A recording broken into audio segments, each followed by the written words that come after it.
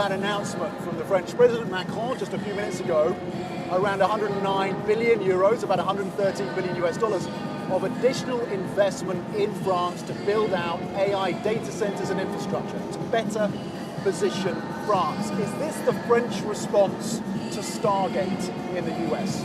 Well, it is not exactly the response to Starlink because we had started that long time ago. All our power policy to build nuclear power plants, to have green energy and independent energy in France, stable and cheap, will allow us to have data centers. And this plan is to finance for more than 100 million euro data centers and all that goes around that with research teams, with developers, with scientists. And we are already present on that world of AI, but we will increase our investment rhythm in order to cope with the competition. And with 100 million euro, if you do the proportion with the French population, it's in line with the 500 million of the United States. So you're confident that this amount will be enough and that this amount of funding will be delivered? Well, that is the amount for the day. So obviously the story doesn't stop here. We have to implement those investments. The biggest one is from UAE, United Arab Emirates, from MGX, investing 50 million euro, but many other investors are there, and that will launch an initiative in France and in other European countries. Is this a France, is this a Europe that is playing catch up with the US, playing catch up with China? Yes, Europe has always been at the level of the competition in all fields, in automotive, in airline. The airline industry is booming in France, and we want in AI, in the digital world, to be at the level, and that's for France and for the rest of Europe. We've had new threats today from President Trump on tariffs, steel and aluminium. Europe produces both. What should the European response be to these tariff threats? Well, President Trump is a deal maker, so Europe will answer as strongly as the position of the United States, and either we'll have our own tariffs or we negotiate. We'll see according to the reaction of the United States to the answer we are preparing. Europe already has reciprocal tariffs in place on US steel from the previous trade conflict. They are now frozen. They could be unfrozen in March. Is that an easy response for Europe to go to? You unfreeze those reciprocal tariffs and let them snap back in? I will not give the answer before we have the official answer from Europe. How much pain is Europe prepared to inflict on the US? We are prepared to do whatever is necessary in order to be balanced.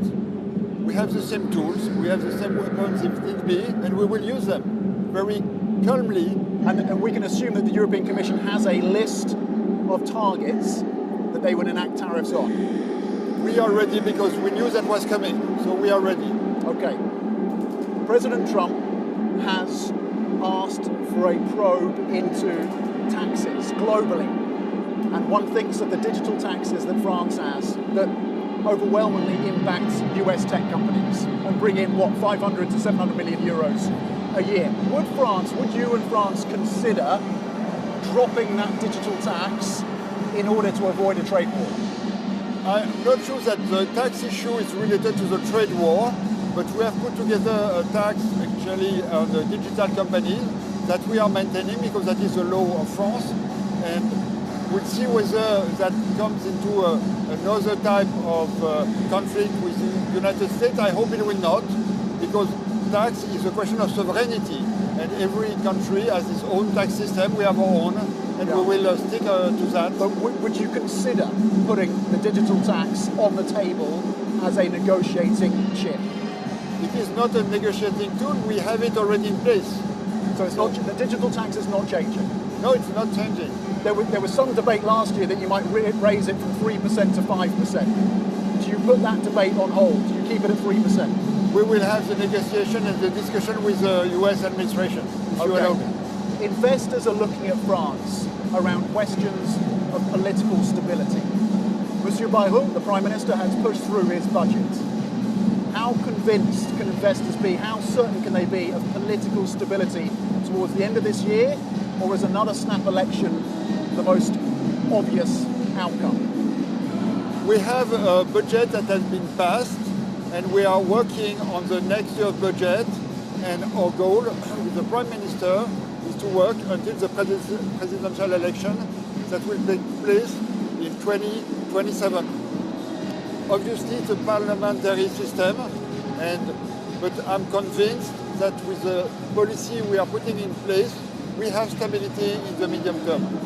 We have stability in the medium term. We cannot rule out those snap elections later this year in France. We can never rule out that the Parliament makes another decision, but at this stage the Parliament is supporting our policy, and I'm confident that will last. And when you speak to business executives globally who are looking potentially to invest or potentially to pause their investments in France, do you get a sense that the French brand, France Inc., has been damaged as a result of political uncertainty? I don't believe that, for two reasons. Today we had more than 100 billion of commitment to invest in France, and also if you look at the price of the French 10-year debt, which was higher than the Greek one a few weeks ago, is now below. And hopefully the policy, because we have a policy of reducing the budget deficit, 5.4%. 5.4% is the target. And we will stick to that, and we will target 3% in 2029. Is that realistic, 3%? It's a commitment I've taken in France of my European colleagues, and yes, we will stick to that. I want to loop back to EU AI regulation now. That is being implemented in Europe this year at a time when President Trump is slashing AI regulations in the US. To what extent does that handicap Europe? Well, you are right. This Europe regulation is too tight and too cumbersome. And on the top of the agenda, we have an agenda of simplification of the European regulation. And the summits in Europe are really geared toward that goal, and we are working on it. IA regulation is not the biggest problem for the investors. We have other type of regulations that we will slash or simplify in order to be more business friendly going forward.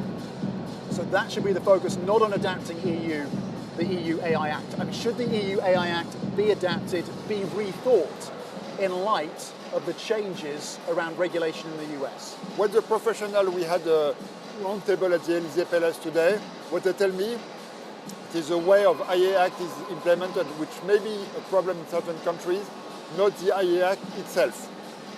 So we will adapt in order to cope with the demand of the business.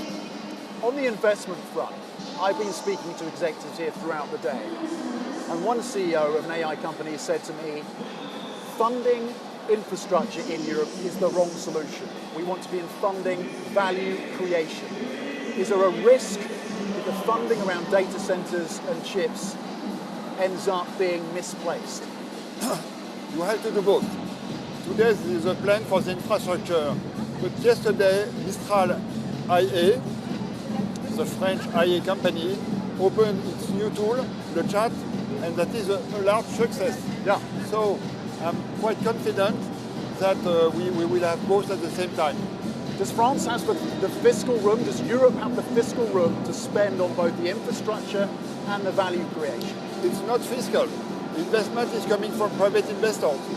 Okay. So we don't need tax support for that. Talk to us about your projections for growth for France. What are the productivity gains that could come from AI? What are you projecting in terms of the potential upside on productivity gains? I'm sure you have read the Draghi report.